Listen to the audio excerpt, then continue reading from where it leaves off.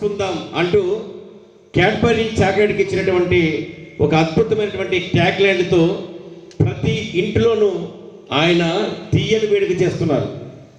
ఇక ఎంతోమంది అడ్వర్టైజ్మెంట్ కంపెనీస్కి అద్భుతమైనటువంటి ట్యాగ్ లైన్స్ ఇచ్చి తమ వ్యాపారాభివృద్ధి కోసం ఆయన తన మాటను తన అక్షరాలను పంచారు. అటువంటి అద్భుతమైనటువంటి వ్యక్తి. తాపేశ్వరం దగ్గరికి వెళ్ళి అడిగితే వాళ్ళు చెప్తారు ఇక్కడ కాజా చాలా బాగుంటుందని.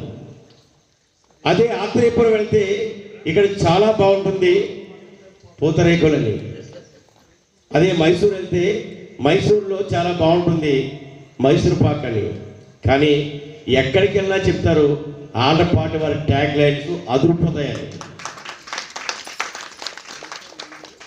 బ్యాంకు ఉద్యోగాలు కూడా తృణప్రాయంగా ఇచ్చి సాహిత్యమే నా గమ్యం అంటూ సాహిత్య రంగంలోకి వచ్చి అనేకమైనటువంటి అద్భుతమైనటువంటి సాహితీ సంపదను ఈరోజు ప్రపంచానికి అందించినటువంటి కళా Sindhu Kalabandhu tag line king Alapati గారిని ఇప్పుడు తమ కవిత చదవాల్సిందిగా కోరుతూ వారికి మైక్ అందిస్తున్నాం.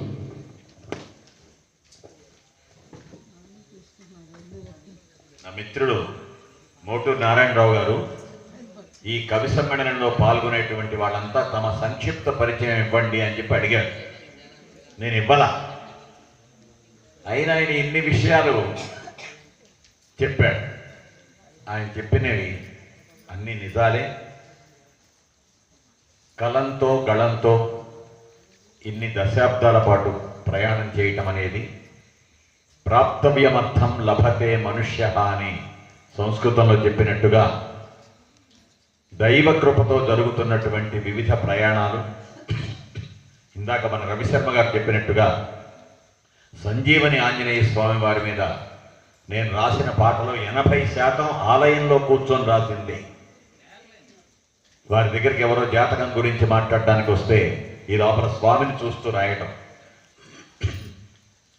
దేవుడు మనం గనక ఎదురుగా ఉన్నది నల్లరాయి, చలువరాయి, కొయ్య విగ్రహం అనుకుంటే అంతవరకే ఉంటాడు. ఆ రాయిలో, ఆ విగ్రహంలో అమేయ శక్తి సంపన్నుడైనటువంటి ఆశ్రిత భక్త వత్సలుడైనటువంటి దేవుడున్నాడు అనేటువంటి అచంచల విశ్వాసం కలిగినటువంటి వాడితో ఆ రాతి విగ్రహం ద్వారా దేవుడు మాట్లాడతాడు, దేవుడు సూచనలు ఇస్తాడు, దేవుడు నడిపిస్తాడు. ఇది నేను స్వానుభవంతో చెప్తున్నటువంటి మాటలు.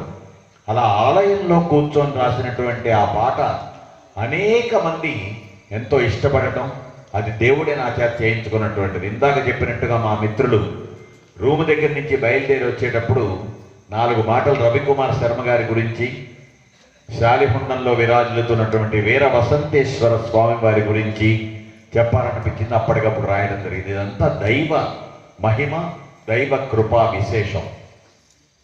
ఈ వీర వసంతేశ్వర మహిమాగాన కవి సమ్మేళనంలో ఎప్పటిలాగే చిట్ట చివరిగా కవిత చదవటం అనేటువంటి నాకు నేనుగా పెట్టుకున్నటువంటి అలవాటు. ఆ ప్రకారం అందరికీ ఇచ్చినటువంటి అంశాలతో పాటు నాకు ఇచ్చింది ఏంటంటే, నాకు ఇచ్చుకున్నది ఏంటంటే అర్ధనారీశ్వర తత్వం. మనకి ప్రతి దేవుడికి అర్ధాంగి ఉన్నా, అమ్మవారున్నా, శివుడు మాత్రమే అర్ధనారీశ్వరుడుగా ఉండటం అనేటువంటి ఒక అపురూపమైనటువంటి ఆధ్యాత్మిక విశేషాన్ని తీసుకొని 4 మాటలు చెప్తాను. అనుక్షణ స్మరణీయం అర్ధనారీశ్వరం. సగం సగం ఒకటై ఒకటై ఒకటై ఒకటై అని ఒక్కసారి చెప్పకుండా 3 సార్లు చెప్పడం ఎందుకు అంటే, అంతగా ఒకటై, ముచ్చటగా 3 సార్లు అంటాం కదా మనం ప్రతిదీ కూడా.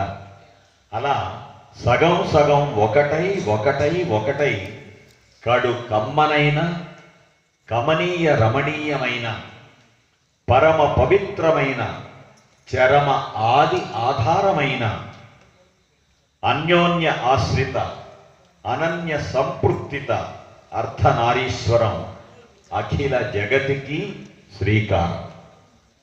అంబ అర్ధభాగంగా తనువెల్లా విలసిల్లే సాంబ సదాశివ సాకార శోభాయమానత, యుగ యుగాలకి రక్షణందించే యుగళ భవ్యత.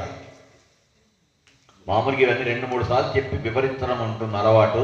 ఇప్పటికే చాలా సమయం అయింది, అత్యంత క్లుప్తంగా చెప్తున్నా. సాంబ సదాశివ సాకార శోభాయమానత, యుగ యుగాలకి రక్షణ అందించే యుగళ భవ్యత. ఇద్దరు కలిసి ఉంటాం. వాక్కు అర్థము వేరు వేరు కాలేనట్లుగా, ఒకటిగా ఒప్పుతూ రక్తి కట్టించేట్లుగా, శిఖనఖ పర్యంతం. మీలో చాలా మందికి తెలిసే ఉంటుంది, మనుషులకి నఖశిఖ పర్యంతం అంటాం, దేవుళ్ళకి శిఖనఖ పర్యంతం అంటాం. ఇంత గొప్ప ఆయన దగ్గర ఆధ్యాత్మిక విశేషాలు నేను మాట్లాడడం ఒక రకంగా దుస్సాహసం. కాకపోతే కొంత సాధన చేసి తెలుసుకున్నాను కాబట్టి ధైర్యంగా చెప్తున్నాను. వాక్కు అర్థము వేరు వేరు కాలేనట్లుగా, ఒకటిగా ఒప్పుతూ రక్తి కట్టించేట్లుగా, శిఖనఖ పర్యంతం శివసుందర సత్యంలా అనాదిగా అందరికీ బ్రతుకుబాటలందించే దుర్లభ స్ఫూర్తిమంతం అర్ధనారీశ్వర తత్వం. అది ఆది దంపతుల జగదాధార వరదీప్తి. అది ఒకరికొకరు అంటే ఏమిటో నేర్పే శివశక్తి. అది సమస్త అర్థాల సమభావనల సువ్యక్తి.